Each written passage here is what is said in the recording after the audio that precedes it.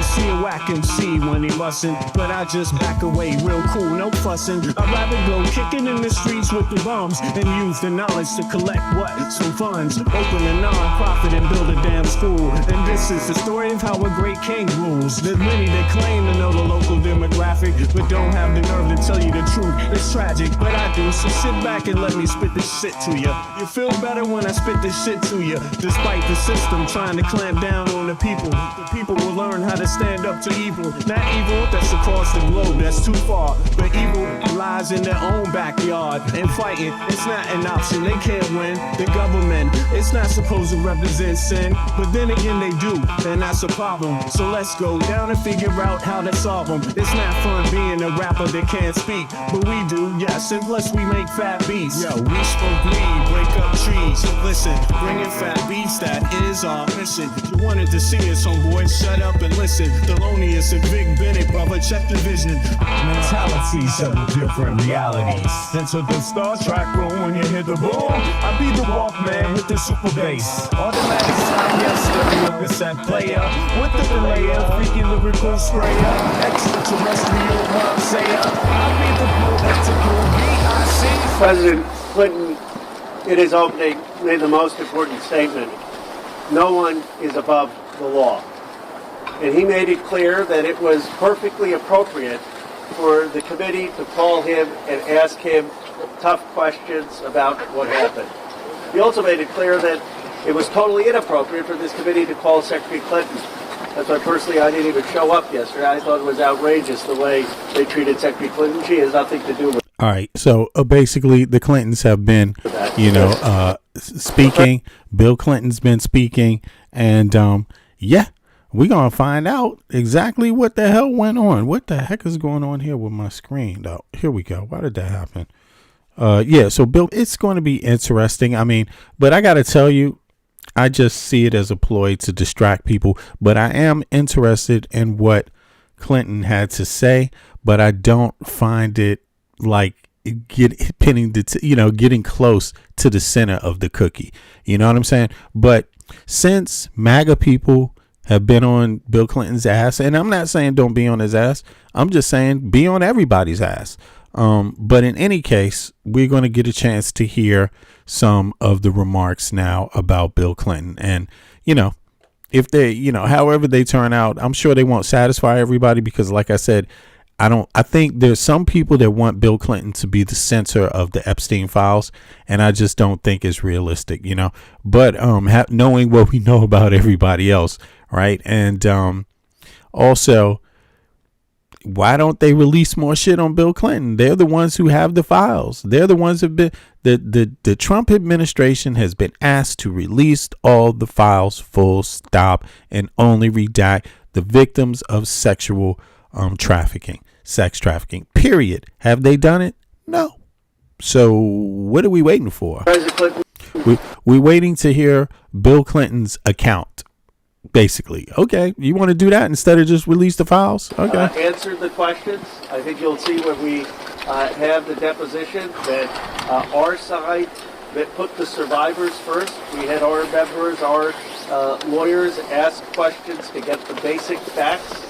And asked difficult questions, and the president answered. And it was civil, and he set the tone, in my view, for the precedent that President Trump needs to now come and answer these questions. That Howard Lutnick needs to answer these questions. That other people part of the Epstein class who've been in these files need to come before this committee and ask these questions. And then that's the only way we're going to have accountability and healing. Now we'll turn it over to our ranking member, Ranking Member Brown. I'm just going to introduce folks. I'll make some comments at the end. I'm going to introduce other members. First we have is Congressman Randall. Thank you. As you heard, President Clinton in his opening statement said that America was built on the idea that no person is above the law, even presidents, especially presidents. And the Democratic members of the Oversight Committee feel the same. No one is above the law, and anyone with knowledge of Jeffrey Epstein's crimes should absolutely come before the committee to give testimony about what they saw or did, who was there, who was involved. Survivors like Charlene Richard, who was my State of the Union guest, deserve the accountability and the truth. The American people deserve accountability and truth. That means a complete release of the files and cooperation, not obstruction, from Pam Bondi, and it means testimony on the record from anyone with information, whether that's Howard Lutnick, Bill Gates, Larry Summers, and yes, even and especially Donald Trump.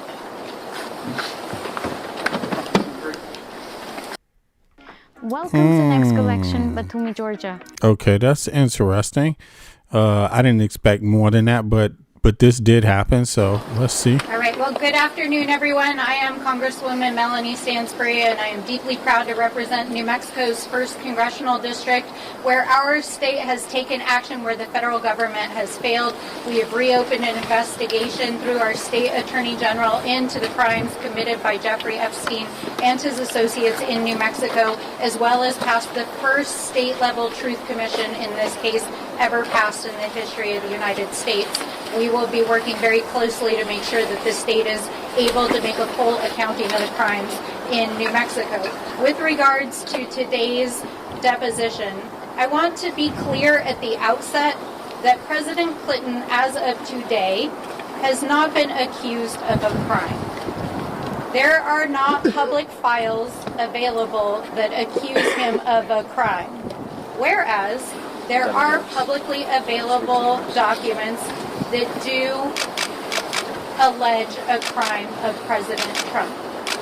But it is very well established that President Clinton had a relationship with Jeffrey Epstein and Ghislaine Maxwell, and we are treating this investigation extraordinarily seriously.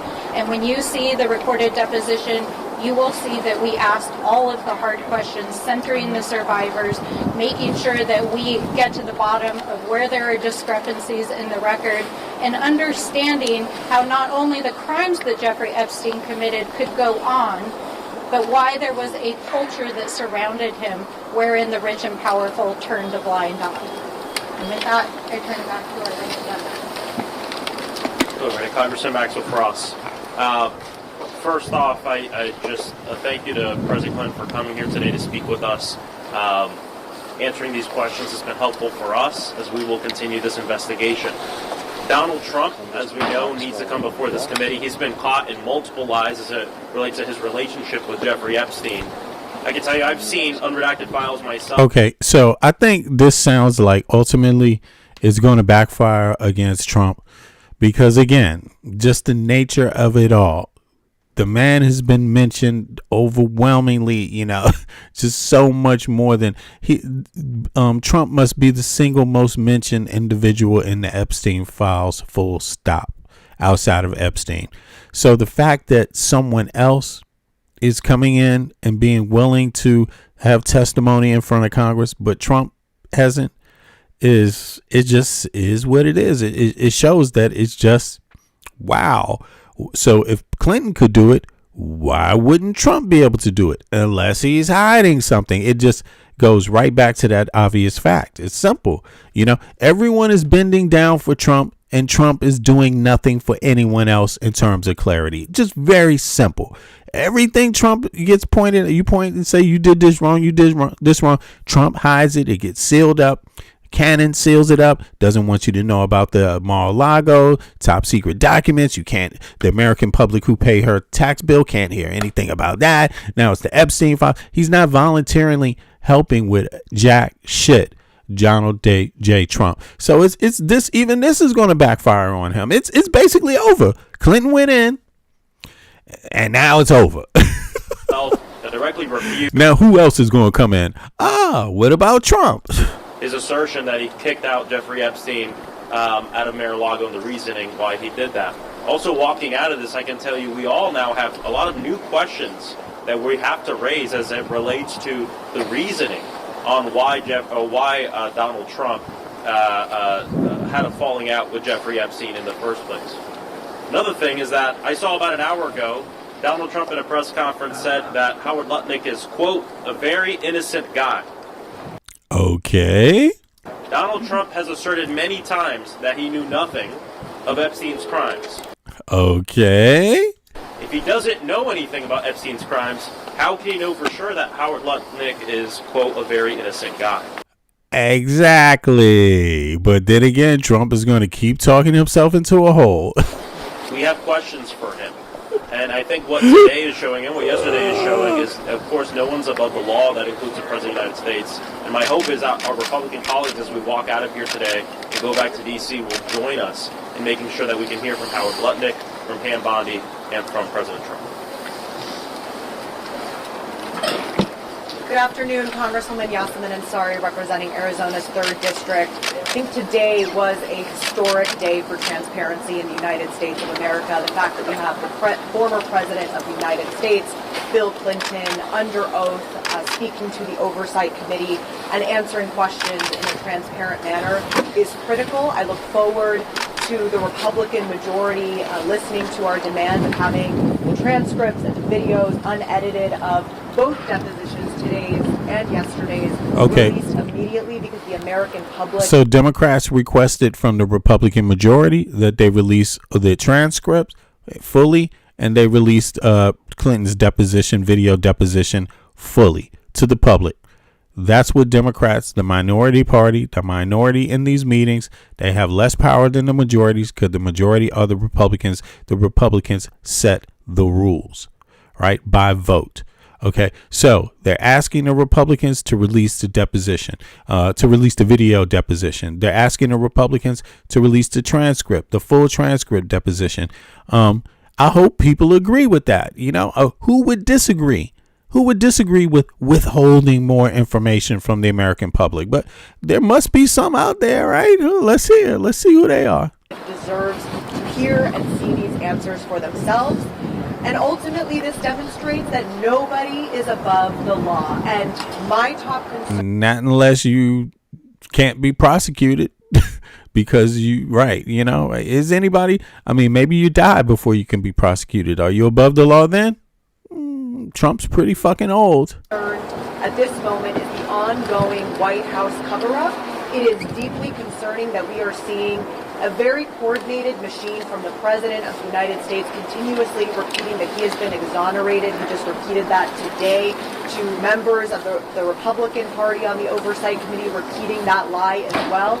There are very credible allegations that have been looked into and investigated by the FBI. The Department of Justice is illegally withholding. Please do not stop asking about this. Why is the DOJ continuing to defy the Epstein Files Transparency Act by refusing to release the full Epstein files, by illegally withholding information, by deleting photos? I'm like, did they tell an airplane to fly above at this very exact moment? Like, what the hell? Photos and videos of people like Howard Lutnick. This is unacceptable. Donald Trump must be deposed immediately in front of this committee, as do many senior level officials from this administration. I think this is happening in New York City, actually, because that's where the Clintons are, right? So I believe they went there. Congressman Suhas Subramanian from Virginia. If there was any doubt before today that oversight Democrats are treating this investigation in a nonpartisan way, it'll be put to rest when the transcripts come out. We've been asking the former president the hard questions. To his credit, he has answered every single question. He's not taking the Fifth Amendment.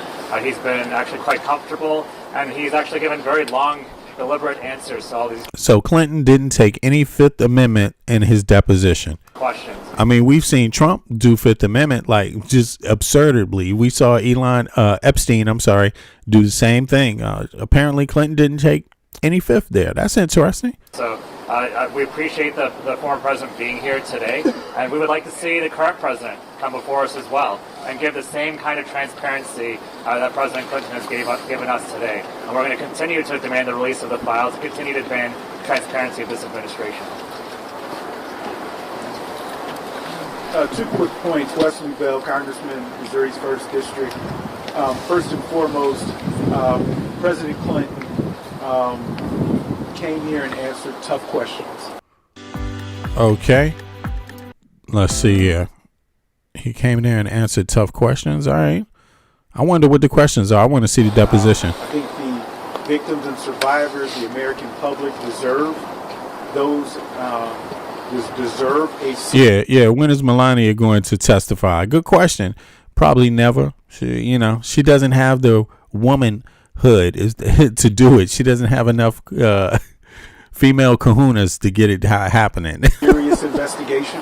But she can get everything else happening, though, apparently. Because thus far what we're seeing from Republicans is a very non-serious, as one of my colleagues referred to it as a clown show. And having led serious investigations, I can't disagree when we hear members from the other side coming into a deposition with conclusions, get no evidence to support those conclusions, and then announce to the world that these conclusions must be true. That is unprofessional, it's unethical. Damn, that's a good point he just made. Like, when you don't answer questions and when you don't when you don't do your job to get to the bottom, it only makes you look guilty. It leads people to the conclusion that what's being said must be true. And that's a interesting thing. Let me see. Jay Brown says, ask your Republican colleagues to release the transcripts. And yeah, they did. The lady just before this man speaking said that they have requested from the Republican majority to release the full video and full transcript unredacted, and let me see here. Abby says, why are the Republicans not allowing this hearing to be? Why not just make it easy? We all have OBS studio ready to broadcast. You know what I'm saying? Just let the shit be on TV so we all get part of the conversation. Instead, what is it they're scared of? You know what I'm saying? That's the crazy thing about it. It's like, how could the Republicans be scared of something Bill Clinton would say? That makes no sense. That makes no goddamn sense. Unless they're the ones that's guilty. You see what I'm saying? Like, it's crazy. And at the end of the day, what we're trying to do is get to the bottom of what actually happened so that we can help hold any offenders accountable. Democrats are doing that. No, my friend. No. They came before Congress like a lot of people. And they requested that it be done publicly, and it can be done publicly. That's not process. Republicans chose this specific process. As a matter of fact, you bring up a good point, so let's just go ahead and look it up, right? How about that? Well, let's get to it. But this is my understanding, what I was just stating. So let's just look it up. Why did the Clintons have to do their testimony in closed doors? Who requested that? Or is it standard? Right? I mean, I'm not for believing what I want to believe. I'm for finding out what I want to know. I want to know, so fuck it. Maybe I don't know. Look, testifying behind closed doors is part of a high. Let me just flip this over so you can see what I'm reading here, right? Because there's always references to what I'm reading. You see what I'm saying?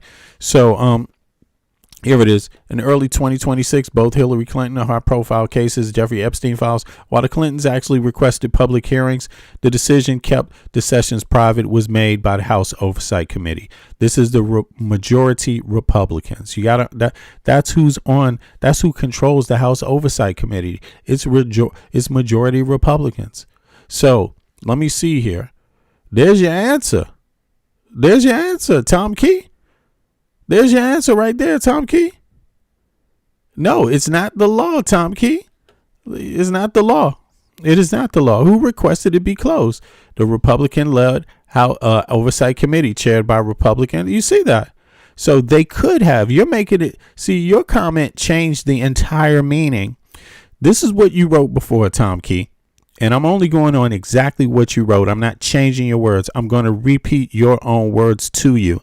You wrote, it's not a Republican thing. It's a process thing. This is a deposition which is then sent to each other's lawyers so they can make sure that before it goes public, it is seen by both parties. But so you're saying that the Republicans didn't request that it be closed? Because they did. It's closed, whatever you want to call it. You could call it a process thing. You could call it a Democratic thing. It's the Republicans that wanted it closed. Okay, so just keep that in mind. Now here, check this out. Let's go back to this. Republican-led House Oversight Committee chaired by James Comer requested and mandated the closed session. This is it. You know, if you need an article, go to the article and check it out, man. Here you go. Axios here. Let's see. Yeah, I'll put that in the chat for everybody. But listen, again, I don't recite what I want to hear. I don't recite what I want to hear. I find out what I want to know. It's two different things.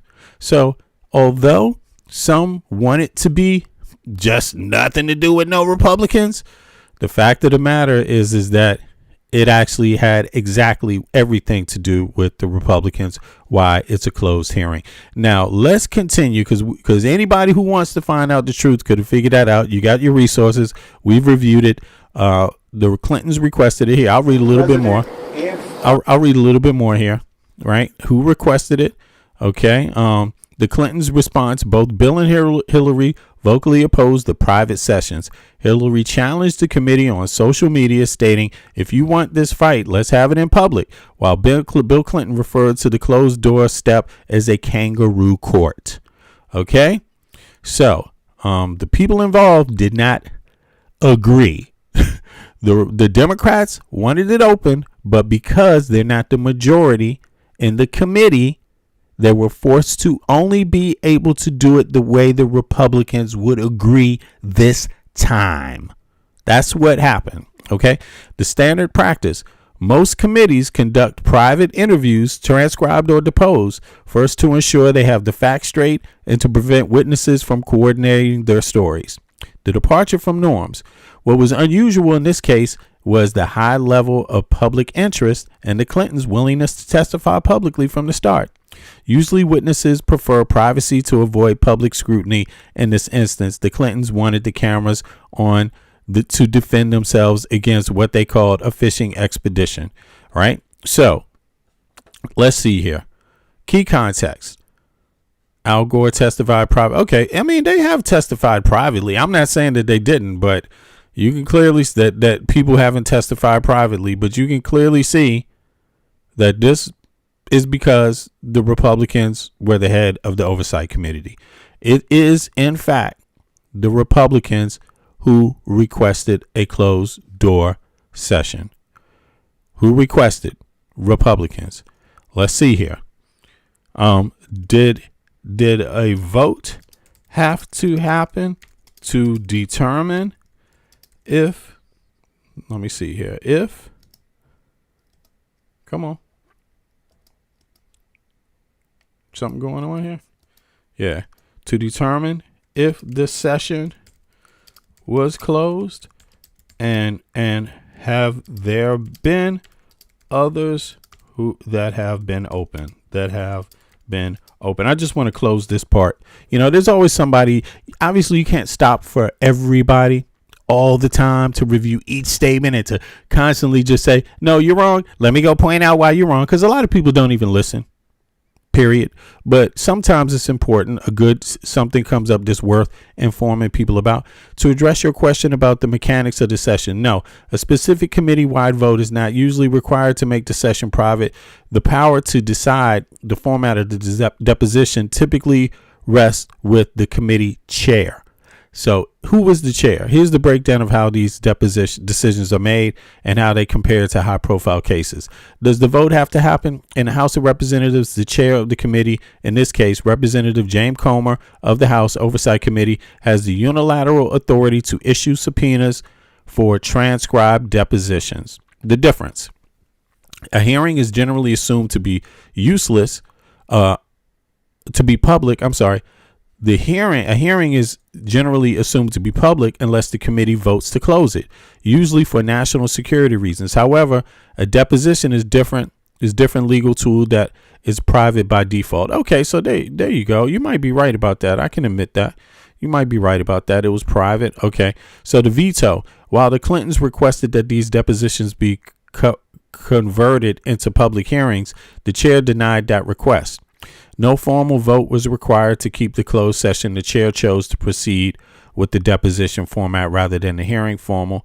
The contempt vote. You might be remembering a vote that did happen in January 2026. The committee voted to recommend the Clintons be held in contempt to Congress because they were refusing to show up to private sessions. It was only after this vote that the Clintons caved and agreed to closed door meetings. Have there been others that were open? Yes, absolutely. Most are used to seeing open hearings on TV, but the House often uses private first, public later strategy. Okay, so maybe there's some room to wiggle there. I mean, in any case, let me see here. Is it viewed as a partisan choice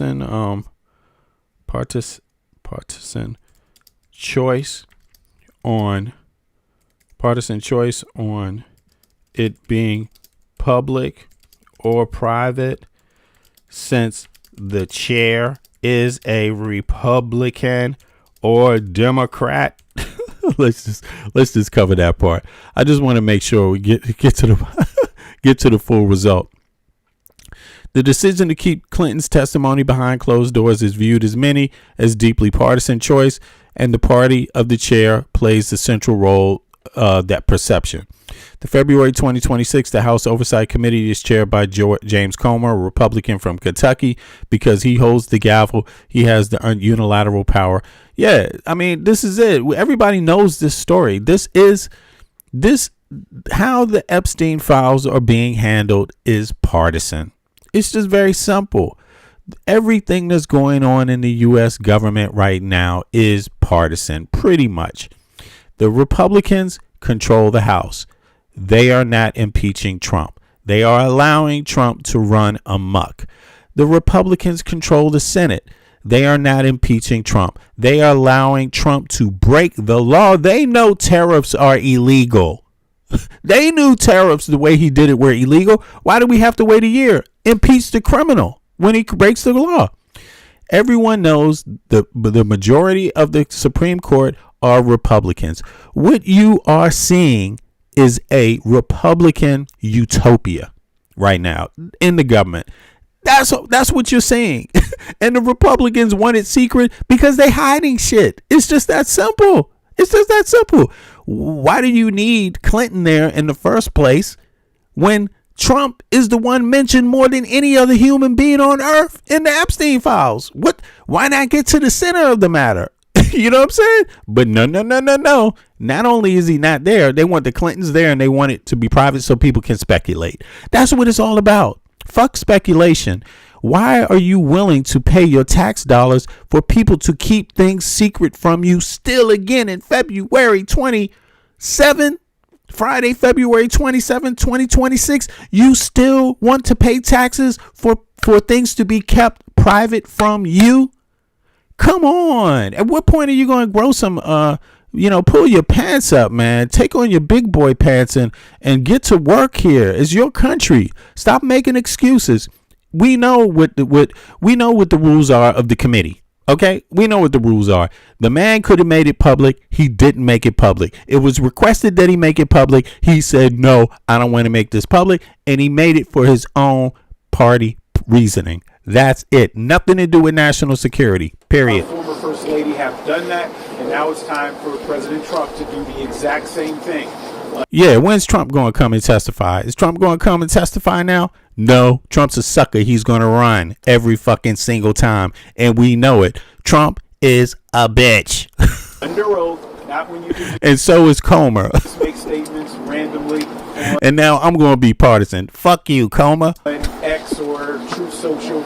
And I don't even like the Clintons, but fuck it, man. Under oath, where your right hand is in the air, and there are consequences if you don't. And so we're going to continue. Fuck James Comer. To push for transparency. We're going to continue to push for justice because that's what the American people and the survivors deserve.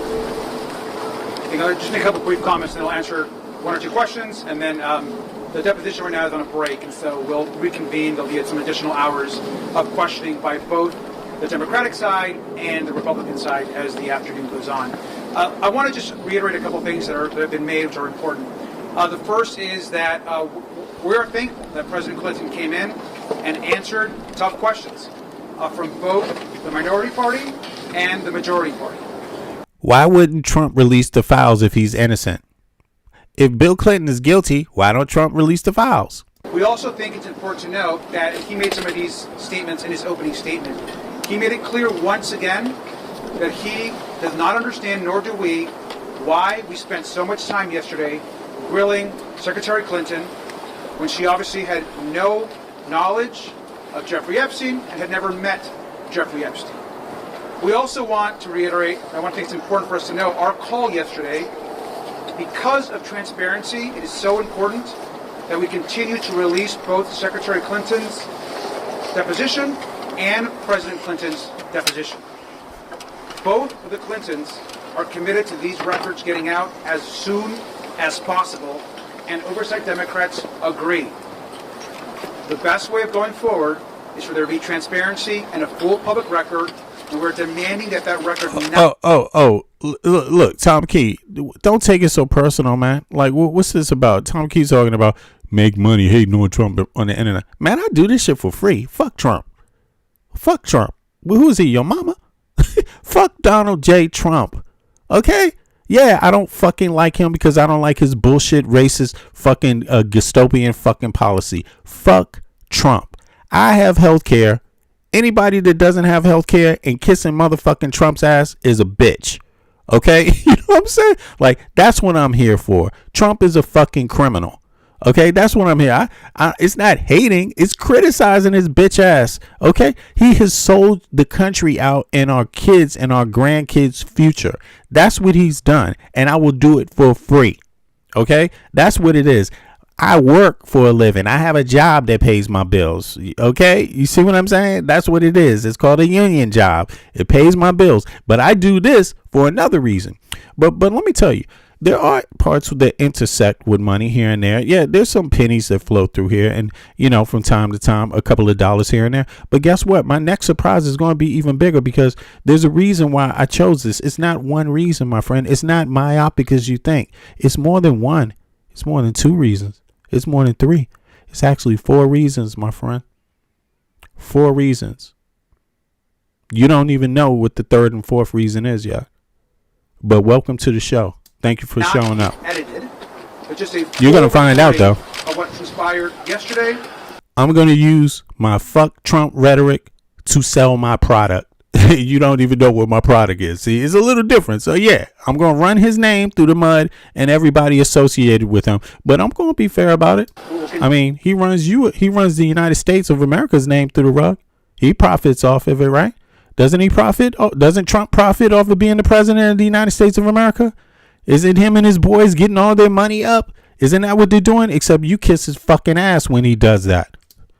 You're going to kiss my ass too. Inspired today for the course of the day. And finally, let me just also say once again that we have a new precedent in this country.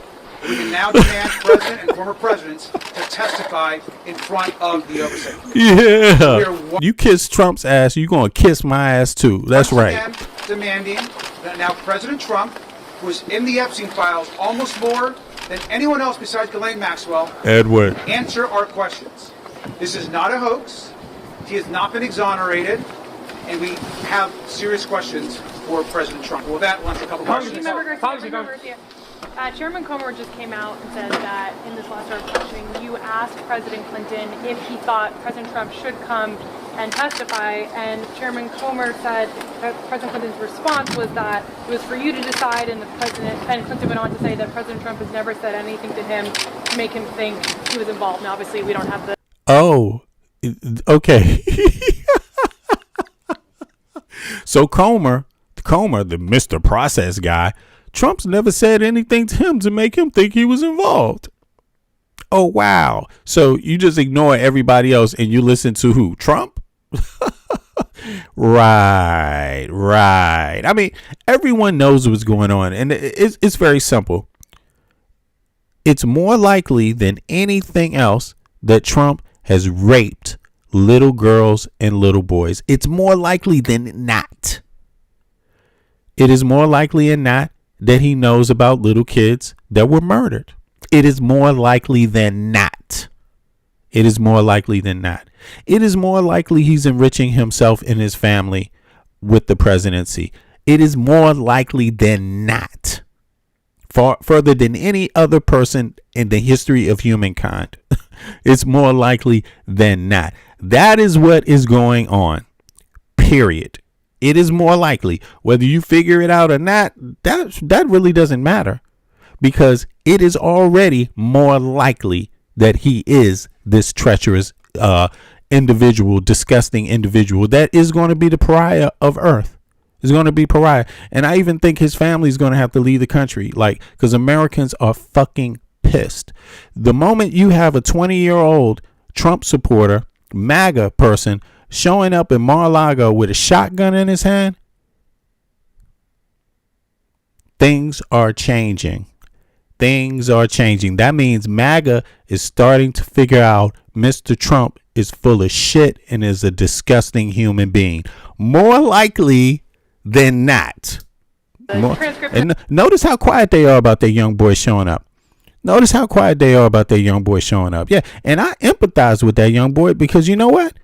He's right to be fucking angry because Trump is fucking up Trump is one of the main reasons why he can't afford to move out of his parents' house.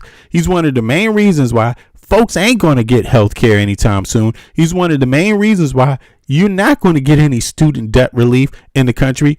Yeah, the boy, I empathize with that young man.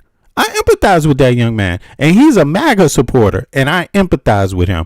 On his points, those points that enraged him and angered him, I agree with it. I agree with his points. Well, now, whether I agree with him going there, I would never throw my life away for a piece of shit like Trump. And I've said that a million times. Young people, don't throw your life away for a piece of shit like Trump. Make the adults have to pay the price. Make them take the responsibility for dealing with Donald J. Trump if they're going to be crazy. Make the fucking adults do it because they're the reason why you have to live through this bullshit anyway. They are the reason. So the adults need to step up. The 20-year-old boy, he barely could vote 2 years of his life. He barely has even got it started on his life. And he's more man than a lot of these people out here, man. God damn. I would love your response to that and what... Yeah, I think the best response to that is for you to view the complete record of what actually he said, which, look, we're not going to disclose what was said because that's not in the rules. The Republicans keep breaking the rules. But I think to what Mr. Frost said earlier, there was, I think that the President Clinton, did bring up some additional information about some discussions with President Trump. I think that the way Chairman Comer described it, I don't think is a complete accurate description of what actually was said. So let's release the full transcript. And we can get a full record of what actually was said, which brings up some very important new questions about comments that President Trump has actually said in the past. Any other questions? Congressman. Yes. Mr. Member, I know in the former president's statement he says that there may be times where he says he can't recall. Has that, I know you can't really give a lot of details about what was said in the deposition, but how would you characterize when you say he's being cooperative? Is he answering the majority of questions, or a lot of his response is more, I can't recall? I think everybody would agree that he's been very cooperative, and he's actually answering the questions fairly, to the best of his ability. He has not taken a pass on pleading the fifth for any questions. He's been very thorough. He's been asked some questions multiple times over. I think you'll see that in the transcript. So he's been very cooperative, and in fact, I don't think he's given any sense that he's been uncomfortable to be there. In fact, I think he's been pretty interested in answering, I think, all the questions of both the Republicans and the Democrats. With that, we're going to wrap up. Everyone's on a break. And have Republicans given any indication they want to edit?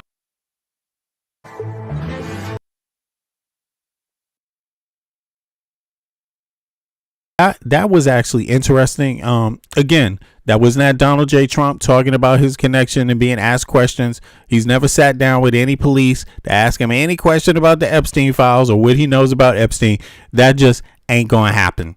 He was the best friend of Epstein for 15 years. He's the person more linked to Donald J. Trump than any other person.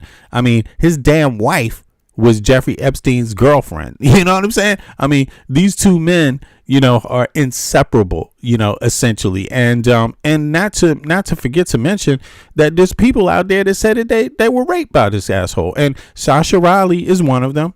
Sasha Riley is a grown ass man, served in the military, said when he was between the years of 8 and 12, Donald Trump and Jeffrey Epstein sexually assaulted him and tortured him several times. They said they made him do a snuff movie. They said Trump came in. He said Trump came in after 4 people walked in the room and killed this little girl, and Trump came in. They were doing all kinds of things. He says that Clarence Thomas used to come to these quote unquote parties where they had these weird things going on. He said several different people. I'm so horrible with names and I keep doing this.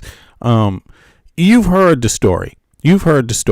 And, every time you start talking about Sasha Riley, which people, matter of fact, I'm going to go to Sasha Riley right now because people keep talking about Obama. Listen to Sasha Riley. Have you heard about Sasha Riley? Because this is a person who actually said Trump did something to them.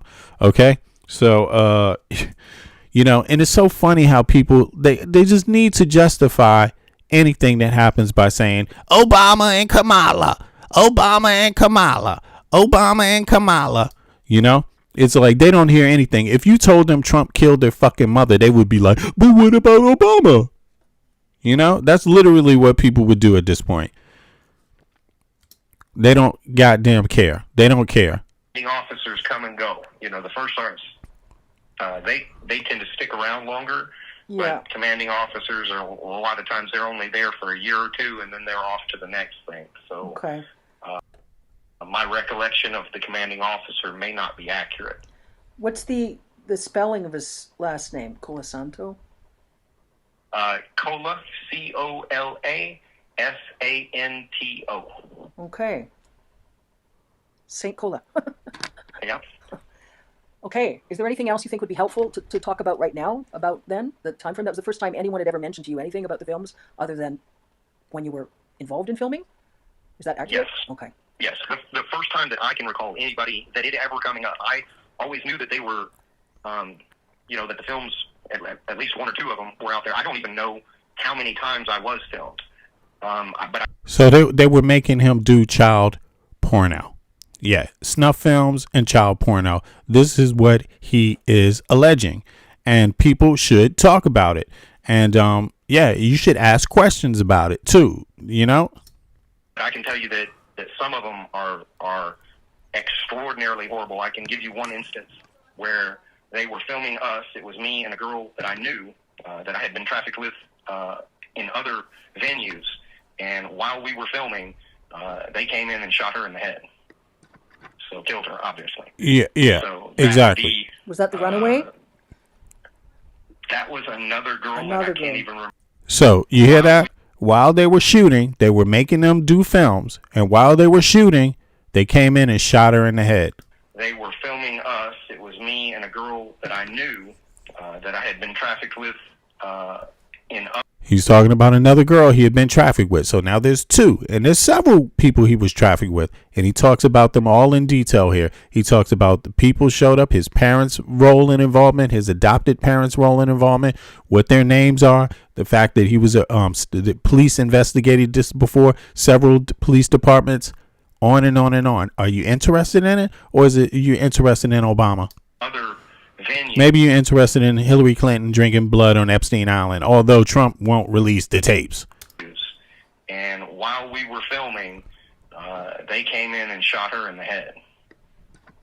So killed her, obviously. So that would be... Was that the runaway? That was another girl, and I can't even remember her name.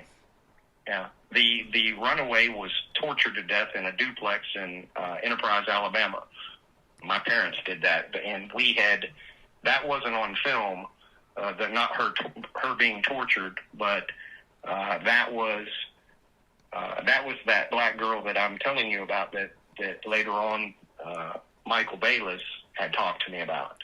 But they went and got her because they were afraid that this was after the investigation in Tennessee, and they were afraid that they would go down for child pornography. So they were wanting to kill her, and then they were wanting to get rid of me via an accident, but they couldn't because they had already tried to kill me several times. They had the incident in Texas involving the Chevy van. There was another incident. So, yeah. Now, if you're interested, and some people, I don't know why folks are saying the link doesn't work now. The link works. You can go to your desktop later if you want, and you can dig up the link. But I can also, let me see something here. Can I put the link in the chat? Maybe I can put it in the chat in a different way. Let me see. Let's go back here now. Let me see. Here we go. So let me do something else. I'm going to put this link because this is an important link. This is Sasha Riley, and he's describing Trump and Epstein in detail, and his hours and hours of audio tape when he describes all of how they were doing the trafficking. Every little bit of it. That's if you're interested in knowing, which a lot of people aren't because people are fixated on Obama's birth certificate, So, it is what it is. Now, this is Sasha. I'm going to spell it out so nobody gets to miss it. Sasha Riley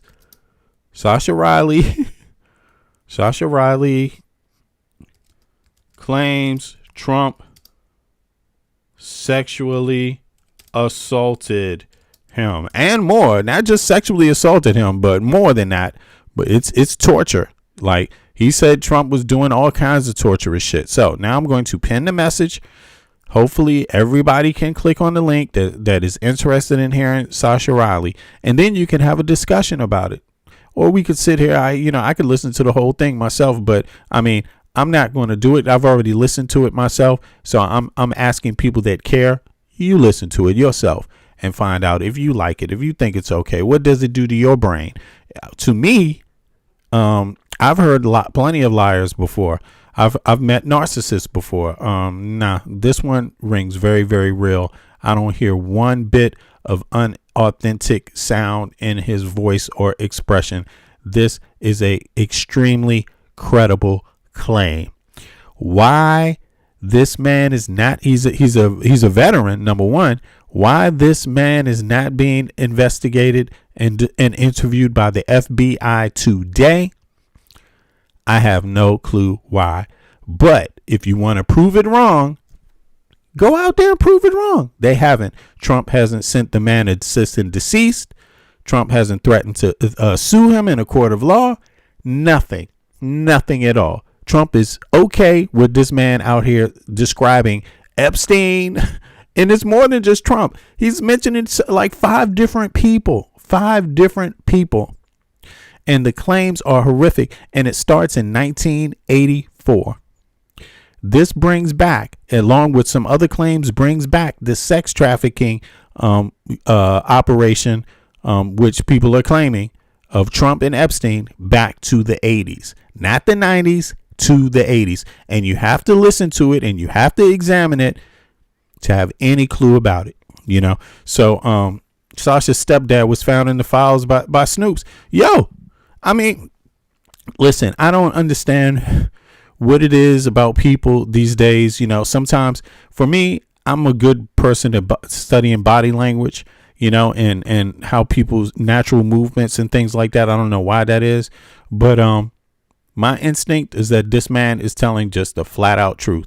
And it's not the first time that people on earth tell the flat out truth and they get totally ignored. That happens all the times to victims of sexual abuse.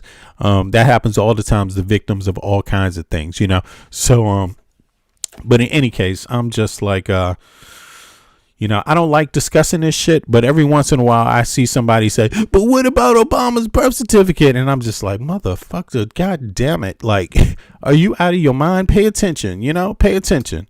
Damn, for a minute, get off Kamala's dick for a second. You know what I'm saying? Can you just get off of Kamala's dick for a second and pay a fucking attention to what's happening to your country, man? God damn. We've got a couple of new, pretty compelling things regarding the Epstein case. First of all, new revelations about the latest apparent mistake by the Justice Department releasing the Epstein files. The New York Times is reporting that a seemingly technical phrase buried in millions of pages of documents may, in fact, have exposed the names of cooperating witnesses, potentially putting them in danger. I want to bring in senior legal reporter Lisa Rubin. This has to do with the phrase proffer at 500 that appeared in the documents. Explain that. Well, first of all, Chris, the documents in question are documents that pertain to 7 different men that were being held at the time what was the jail next to the Manhattan Federal Courthouse called the Manhattan Correctional Center, or MCC. That facility has since been closed. It was closed in the wake of Jeffrey Epstein's death. But these documents reflect the phrase, as you noted, proffer at 500. That essentially means that these people were going in to have a proffer session with prosecutors at 500 Pearl Street. That's the courthouse adjacent to it that houses the Southern District of New York. And again, these are people who were in the jail at the time. They are identified by Jonah Bromwich and Willie Rashbon of the New York Times as 7 different men who either tried to cooperate or, in fact, were cooperating. They confirmed that at least 3 of the men whose names appeared with that phrase were, in fact, cooperators. And I want to caution people again. What? Drawing the conclusion that. Hold on. Were in the jail at the time. Prosecutors at 500 Pearl Street. That's noted. Proffer at 500. That essentially means that these people were going in to have a proffer session with prosecutors at 500 Pearl Street. That's the courthouse adjacent to it that houses the Southern District of New York. And again, these are people who were in the jail at the time. They are identified by Jonah Bromwich and Willie Rashbon of the New York Times as 7 different men who either tried to cooperate or, in fact, were cooperating. They confirmed that at least 3 of the men whose names appeared with that phrase were, in fact, cooperators. And I want to caution people against drawing the conclusion that they were cooperators against Epstein in his criminal case. That's certainly one possibility, but another possibility is that these were people who were housed near Epstein in the MCC prior to his death, and that they were cooperating witnesses in the ensuing investigation as to how he died. We're also following some news. Yeah, it's more likely it has something to do with his death. Come on. Regarding a photo that was in the Epstein files. It's just been restored, right, to the DOJ database. It appears to show the Commerce Secretary, Howard Lutnick. Ken, what's up? About this photo? What can you tell us? So, Chris, we don't know definitively Dylan, what's up? Where or when this photo was taken. However, it depicts Jeffrey Epstein with 3 other men, one of whom appears to be Howard Lutnick in the blue shirt there. There's also a man to the far right of the screen. That man may be a gentleman known as Michael Layman. Yo, Kylie, I see your comment. I've listened to it. Fuck me up for days. It sounded genuine. Yeah, absolutely, man. This one, it did fuck me up for days. It takes a while to listen to it. We're talking about Sasha Riley's audio tape. So listen to it. It's pinned here at the top of the comment section here in the chat. It took me a couple of days to digest everything that he has said, and it's just one of the more horrific accounts, y'all. And but again, he corroborates a lot of what other people said. And, everyone wants to know, why aren't they proving him wrong? Why aren't they proving that he's a liar? Why aren't they doing any of that? There's not one person that has come out and said Sasha Riley is a liar. Not one person. Not one, because obviously you would have to prove it, right? Nobody has. And by the way, he's on Facebook.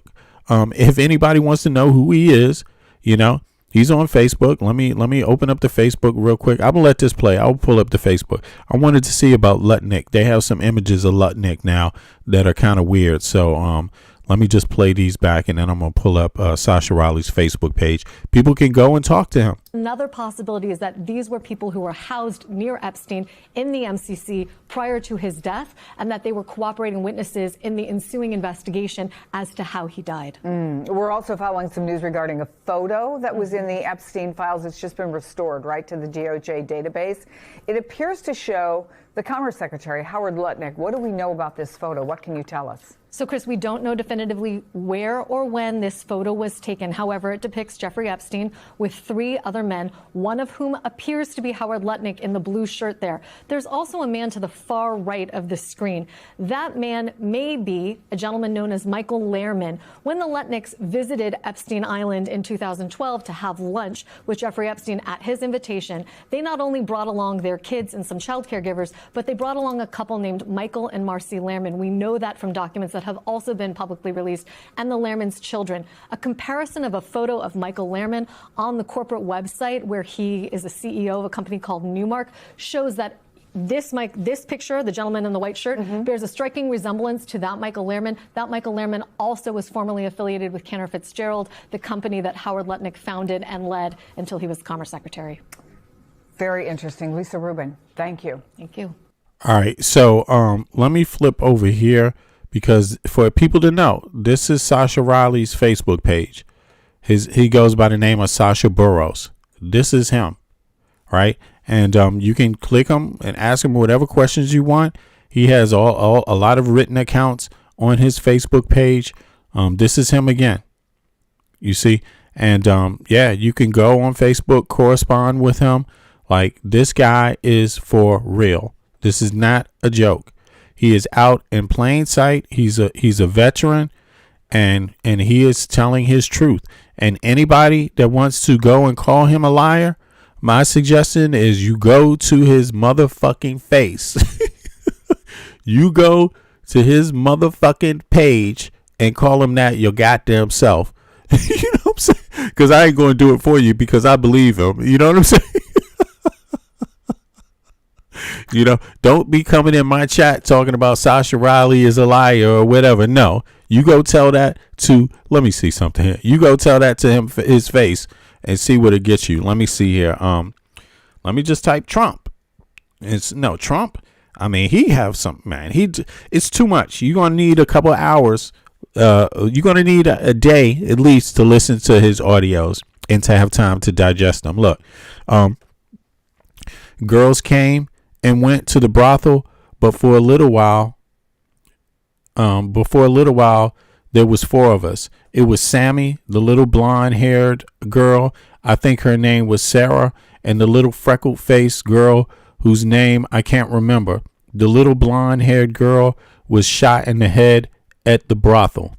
Sammy died, and the duplex was stayed at the Enterprise, Alabama, and the freckle-faced girl was shot in the head at the farm. After they shot her, and they told me they do the same to me if I didn't do everything the next guy wanted, then Mr. Trump walked in.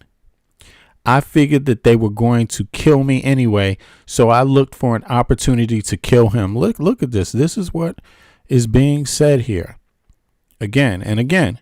If you think he's lying, my thoughts is go tell him your motherfucking self. Okay? Like, don't involve me in your bullshit. Because I ain't telling him for you. You got to grow some nuts yourself. And on top of that, I believe him. So why is this showing up like this? I don't get it. Let me go to his page. Hold on. Let me go back. Why did it do that? Sasha Burrows. Now, can I just open this one up? Let me see. How do I just go to this one here? See more. Okay. Now, let me see. I'm going to attempt to read a little bit for you guys so you can get the gist of what he's saying. Oh, you know what I'm going to have to do? I think I know what I'm going to do. Here we go. We got it like this. And now I'm going to have to do this real quick. Just lift it up. Yeah, that's better. All right. So here we go. This is Sasha Burrows, right? This is his Facebook page, a.k.a. Sasha Riley, right? The guy who claims that Trump and Epstein sexually assaulted and trafficked him for between the ages of 8 and 12. Girls came and went at the brothel, but for a little while, there was 4 of us. It was Sammy, the little blonde-haired girl, I think her name was Sarah, and the little freckle-faced girl whose name I can't remember. The little blonde-haired girl was shot in the head at the brothel. Sammy died at the duplex we stayed at in Enterprise, Alabama, and the freckle-faced girl was shot in the head at the farm. That's two different girls. Yeah, after they shot her and told me they'd do the same to me if I didn't do everything the next guy wanted, then Trump walked in the room. So they came in, shot the girl in front of him, and then said they're going to do the same thing to him if he didn't do everything Mr. Trump wanted them to do. And then Trump walks in the room, the next guy. I figured they were going to kill me anyway, so I looked for the opportunity to kill him or do damage. He's been through this trafficking already for a minute. So he had me do things that I probably can't put on Facebook, but he eventually rolled over expecting sex from me. So he is saying Trump likes little boys. You understand that very clearly? He is saying Trump likes little boys. Very simple. You can go find him. His name is Sasha Burrows. He's on Facebook. He's not hiding. He had me do things I probably can't put on Facebook, but he eventually rolled over and expected sex from me. Instead, I put the condom on a wooden tent stake that was laying on the floor, inserted it into him, and kicked it as hard as I could. He let out a scream like a banshee and had to be airlifted out. What were you doing on this day, Mr. Trump? Did you take a helicopter? Did you go to the hospital? I'm sure you might have some hospital records, because sounds bad. I am sure. Has Trump ever gone to a hospital for an ass problem? It's worth asking. And it's worth asking the chairman of the committee that took the deposition and shit. Ask him. Did you hear Sasha Burrows? Okay. Not only is Donald Trump named in my medical records, he had to get treatment for himself. This can be verified. Okay. So, another story. The man in the picture below adopted me at 4, not as his child, but as his slave. He would sell me to other psychopaths, and for a few dollars, they could do anything they wanted to me. I mean, this is Sasha Riley's story, and his audio tapes are pinned to the top of the chat, the live chat. So if you want to hear his audio of him telling his story, go right ahead. But it's not for children, and it's horrific. Hey guys, I got a great idea. Put Trump in jail without bail, so he'll quit trying to overthrow the government. Okay, so there you have it. I mean, but there's more to his there's more to this, because he mentions a lot of people's names. He mentions Jim Jones. He mentions Clarence Thomas going to these parties. He mentioned a few others, and why the hell do I keep forgetting? But he's it's like 5 different people in government that he says were around back then. 5 different people that have influence in government, and one is a Supreme Court justice. And look, this may not be the only contact to a Supreme Court justice. You know what I mean? But Sasha Riley, the one he's saying he was trafficked, and he's saying he's aware of at least 5 different people in government today, in government right now. So, stop asking about Obama's birth certificate and Kamala's anything. Stop doing that. It's insulting to your intelligence at this point. Focus on what's going on right now with the people in power right now. So let's go over and see. There's more to this now. Ellie, first of all, have we heard anything from Hillary Clinton's camp about that? And what more did we hear from the former president in that statement that was just released a short time ago? Well, they're right. We will end up seeing the video. That's supposed to come. Democrats are hoping for in the next 24 hours. But in the meantime, we're hearing that readout from Mace. And then, yes, I have heard from the Clinton camp, a spokesperson for Clinton telling me in quite colorful language that Nancy Mace is full of blank. I won't use that language around noon today. He then goes on to explain, was Clinton appalled that Congresswoman Mace wouldn't let her answer a question about her work as a senator after the murder of 3,000 Americans on 9/11? Absolutely. It's an interesting explanation. It's partly why it's going to be good for us to have the deposition video, because the question Mace was asked was about Clinton responding when Republicans asked her about seeing her husband, Bill Clinton, in some of the photos that have been released by DOJ and the Epstein estate. That's the question that Mace seemed to be responding to. But now we're seeing in this explanation from a Clinton spokesperson that it was around an exchange on 9/11. And so I'm just interested to see the context that we're hearing this in and what actually happened, because all of us are going to be able to see for ourselves. And frankly, Chris, the same is going to be true for Bill Clinton as well. His deposition is happening privately, but will later be released. And I think in his statement, he makes the point that Hillary Clinton should not have been called in. I think many of us and Democrats on the committee certainly were questioning what insight Hillary Clinton might have, given the way that she has said she doesn't have a relationship with Epstein, and wasn't aware, for example, of funding that was being done or conversations around funding for the Clinton Global Initiative that might have been had with Epstein or Maxwell. Clinton was a U.S. senator at the time and not part of doing that kind of business. But the other thing that Bill Clinton says in his deposition is that he warns members there are things that he might not recall more than 2 decades after the fact. He says he's going to try to stick to what he remembers, but that what he does remember clearly, and you read this in your opening remarks too, he doesn't remember seeing anything that reeked of the sex trafficking and gross crimes that Epstein himself committed, or else Clinton says he would have turned Epstein in himself. All right, Joyce, when compared to Hillary Clinton, there is a lot more Bill Clinton can be asked about. So what do you think are the legitimate questions that he might be facing today? You know, this is obviously congressional oversight that has a political twinge, as opposed to how I might have conducted an investigation into Epstein as a prosecutor. But I think the questions are similar.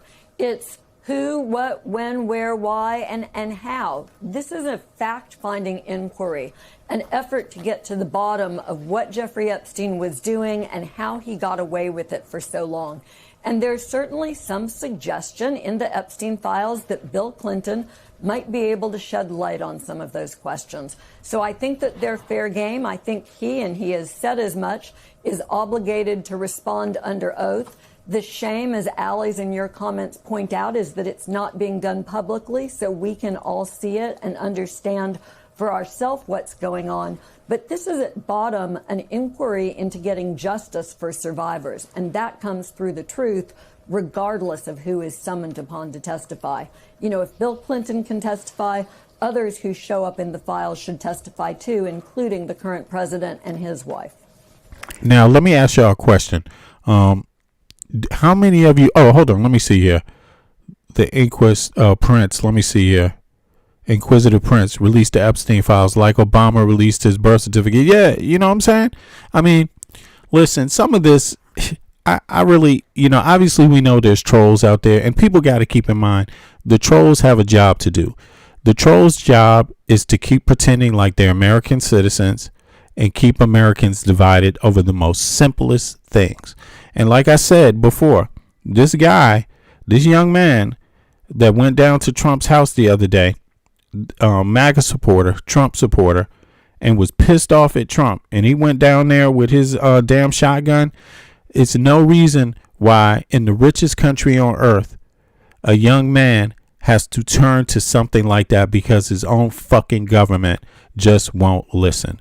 The man said it himself. The boy said it himself. The boy, look at this, guys. Look at this. Let's go back. Who was who took the shotgun to Mar-a-Lago and why? It's very simple. I just want to remind people of this, because although he's a Trump supporter and I don't support that, you know what I mean? I think there's a lot of confusion.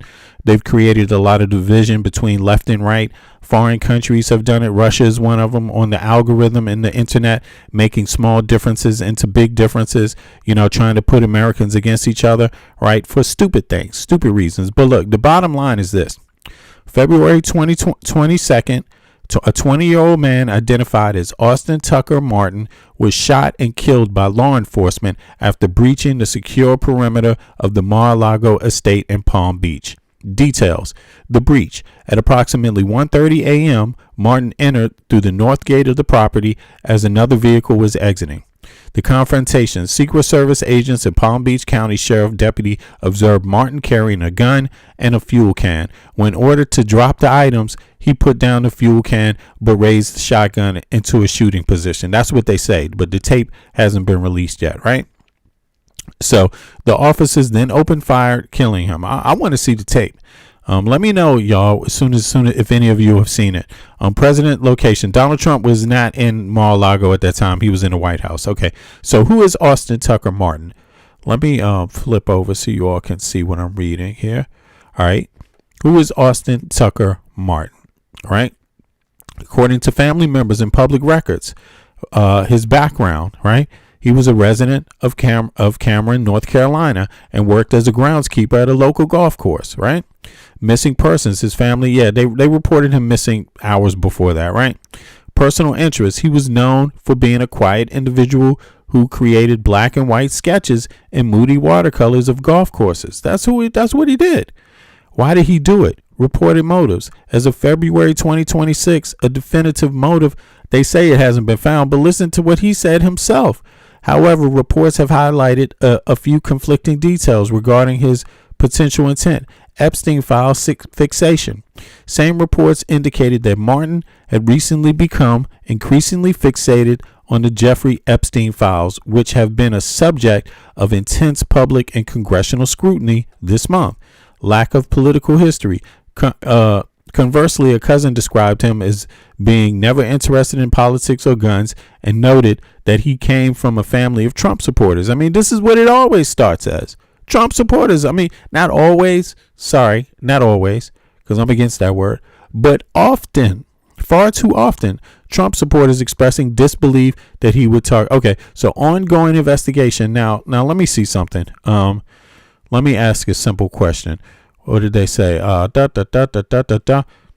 Did he make comments about the economy and living at home? This is all verifiable. You can look it up. He made some comments. I mean, it's been alleged. Look, here it is. It says it spot on.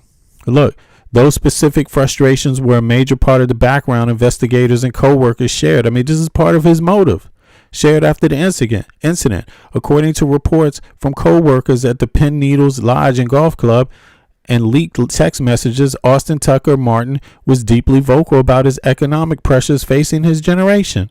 Here's the specific details, right? And if you want to know the motive, you need to go to the source and get the motive.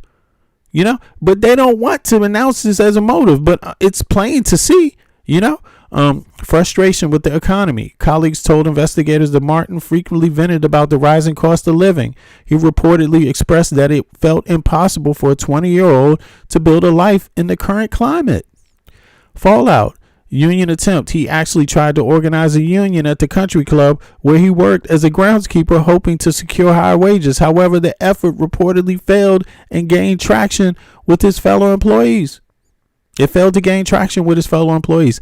Supplementing income. Because his paycheck wasn't enough, he spent his free time selling pencil sketches and watercolors of local landscapes and portraits to make extra money. Living at home. Martin was still living at home with his parents in Cameron, North Carolina at the time of the incident. The moving out barrier. He often complained to friends that moving out and being independent was unattainable because it required multiple jobs for several roommates just to afford basic rent. Sound familiar? Isn't this what lefties complain about all the time? Where my lefties at? Yeah, reasonable shit. Can you work a full-time job and get a goddamn wage that pays your bills to live in the same town where you work? Isn't that normal? I do. I get a wage and I live where I work at the same time. You know how long it takes me to get to work? About a half an hour, 20 minutes on public transport, both ways. That's how long. Is that reasonable? Yeah, it is reasonable. I like that. I'm happy to not drive to work. Do I have health insurance? Yes, I do. Is that unreasonable to ask for? No, absolutely not. Do my kids have universal education and health care? Can they go to school and study whatever they want if they have the grades? Yes, absolutely they can. Is that unreasonable? No, absolutely not. But then again, I'm an American that lives in Denmark. Go figure. This guy is frustrated about the shit I'm saying Americans should be frustrated about every goddamn day. I understand him. I understand him. I understand the young man. I understand him. Is no way in hell a young man should have to lose his life over basic points like this that should just be standard fucking norms. It's the adult's fault, man. It's the adult's fault, yo. I'm just saying. I'm not trying to say he's not an adult, but goddamn, it's all the ones that are older than him. He only has been an adult how many years? How many years could he vote? 3 years of his life he's been able to vote. How many years could he drink alcohol? Maybe just the first year he could have a drink. Does he have a job? Yes. What was he complaining about? It's not he can't afford to move out, to have a home, to have a place. He's 21 years old. He want to get the fuck out of his parents' house. Is that so unreasonable? With a job? It is where he lives. It is in the state where he lives. It is right now in this climate. Who's the president? Trump. Where did he go? He went to Trump's house. He's got a whole lot of motives. He's got the economy. He's got the fact that it's not, unions aren't even really happening. People can't even argue to get a fair wage. People aren't even expected to get a fair wage. And then he's got the fact that the president is mentioned more times than any other human being on earth in the Epstein files. I mean, come on. Come on. You know? Young man got to go down. He gets pissed off and he finds out what a lot of other people already know. They don't give a fuck. What they're going to do now, they're going to demonize him. They are going to demonize him. That's what they are going to do. They're going to make his frustrations seem crazy. Yeah. In any case, y'all, I just wanted to get that off my chest. Yeah. Yo, the Inquisitive Prince, I appreciate that a lot. I appreciate you, no doubt. And let me put a thing here, a like on that, and a heart. I appreciate that. Somebody said, yeah, over here making money off of hating on Trump. So what? Fuck Trump. You know what I'm saying? If I could find a way to make some money on hating on his ass, I'll do it again. You know what I'm saying? I'm going to do this shit some more in a couple more hours. Okay? How about that? Oh, no, I do have a full-time job and I do have a union job. But, hey, man, I would do this shit for free. Trust me, man. You didn't see it. You don't know how long I was doing this shit. I wasn't even monetized when I started doing this shit. I was hating on Trump. I've been hating on him for a minute. Trust me. You know, but it is nice to get some tips. So I appreciate everybody. But more importantly, I appreciate the people that come out and validate my channel and hear the message and appreciate the message. And we all together on this one. You know, we're in extraordinary times. So people have to speak up. And yeah, so that's what I'm going to do. I'm not going to remain quiet in these extraordinary times. I'm just not going to do it. You know, whatever inspiration people get from that, I'm happy and I'm glad about that, because that's exactly why I'm doing it, you know, to let people know you're not alone. Your frustrations, you're not alone in your frustrations. You're not wrong with trying to sit back. When you sit back and you say, God damn, is this shit making sense? No, it's not making fucking sense. And I can tell you, as a fellow American, born and raised in Washington, D.C., I live abroad, and that shit in America, what's going on, how our politicians deal with our taxpayers, deal with our citizens, it doesn't make fucking sense at all. It's fucked up. It is fucked up. Trust me, nobody in Europe would accept being treated like Americans get treated in their own fucking country. I'm just telling you that. And I have to say it because maybe nobody else is going to tell you that plain. Like straight up, that feeling in your heart that you're being treated wrong. And I'm talking about all Americans by the government is correct. The government should stand by American citizens, and it just doesn't, man. It just doesn't. And I'm not talking about every single individual inside of that. I'm just talking about the totality of the House, the Congress, the House, the Congress, the White House, the Supreme Court, man. They're not standing by American citizens, man. We're fucking last. We are fucking last in the Western world. Like, and they're bragging about our country. You know, these people are bragging about our country being so great. Why the fuck? We have the most powerful military on earth, and its citizens get treated like shit. What the fuck is the point? What the fuck is the point? There's no goddamn point in that. You can't eat a fucking bomb. You can't sleep in a bomb. A bomb can't get you that fucking degree. You know what I'm saying? It's not going to get you, you know, it's just, man, we got a lot of changes to make in the U.S. and we're going to have to stop going for this division shit and stop looking for petty scapegoats to blame and start blaming up. Blame that direction. Blame up to the people your taxes pay. Blame that direction. Don't point across the aisle and start blaming somebody else. Blame the people up for a change. And I mean everybody. Start blaming up. You know, that's the basic lesson in life. Don't beat the beater. Stop trying to beat the person in the same situation as you.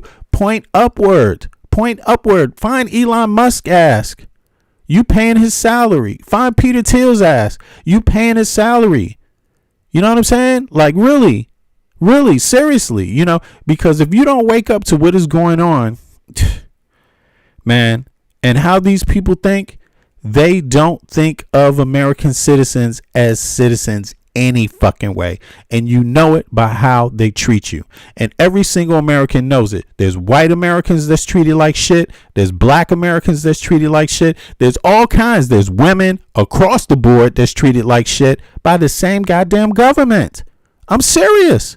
I'm serious, man. People better wake the hell up, man. People better wake the hell up because this ain't going on in any other Western country. Not like this. Not like this at all, you know. So, yeah, I'll be back with y'all. I appreciate everybody. I just wanted to chime through a little bit on that topic, you know, just to get it out of the way. But yeah, I'm gonna get out of here before I lose my goddamn mind for a second. But I'll be back for the regular scheduled one. I'm off and I'm free for some days, so that's why I've been popping on in and out for today. You know, I got a little energy and shit. But I'll be back with everybody. Listen, I appreciate everybody 100% for supporting my channel, and some get it, some don't, and but I know that most people get it because I can see that in the numbers, and I've done some really crazy numbers in this last year. Like I've done a lot of numbers. I had to take a little bit of break sometimes, you know what I mean? Because it's not easy between my job all the time. But nonetheless, I'm here and I'm getting better at it, and I'm going to continue at it. And yeah, so I appreciate everybody for the support. All right, so I'm going to be out. Let me see here. It's good.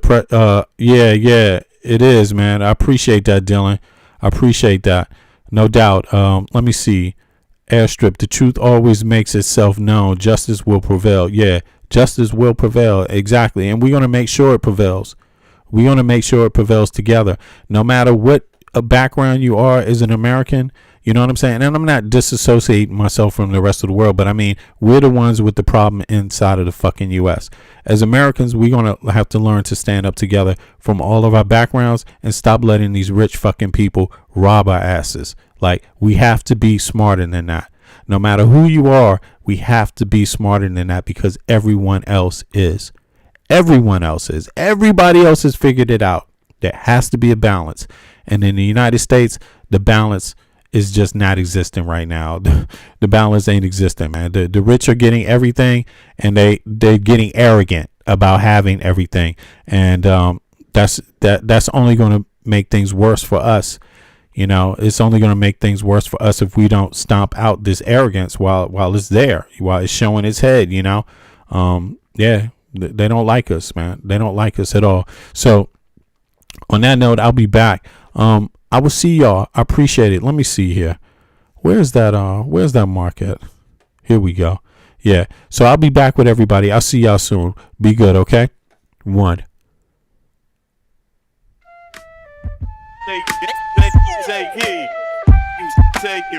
Take heed.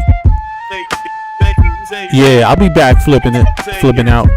Exactly. 3 a.m. Eastern Standard Time, USA. I appreciate you, bro. I appreciate that. See y'all. I'll be back. One. I traveled the globe just to gain perspective. The theory of relativity Activities, applied. of course. It took a while to decide how I should proceed, but either my life is truly based upon need. So I move forward with more deliberate speed. Smash corny motherfuckers that's stuck on greed. My seed is worth more than $1 million in future stock. The goal is to break the safe, the padlock. Mad cats can't stop it, need a rocket. Your style is boring and cold, mine is tropic. Battles you want, commit, you'll change the topic. My partner should get to put your beat in the pocket. So this nigga here can proceed to destroy your stereotypical pop rap gangsta ploy. Not hating on niggas from the ghetto, but I'm hating on copycat rappers from the meadow. They procreate bullshit without paying a price. That's like talking about CeeLo with no dice. I drink milk, but that's about it. I won't compare dairy MCs to dope shit. I want you full undivided in this here place. We think to entertain and to educate your bum ass niggas and your non-believers. You know we change your membrane every time you see us. The others can't stand the way we think away ease. The way we get love from the finest ladies. Oh my son, oh here comes another one. I love to take it to the place that lies under the sun. Style witty, come from Chocolate City. Today I'm on the march where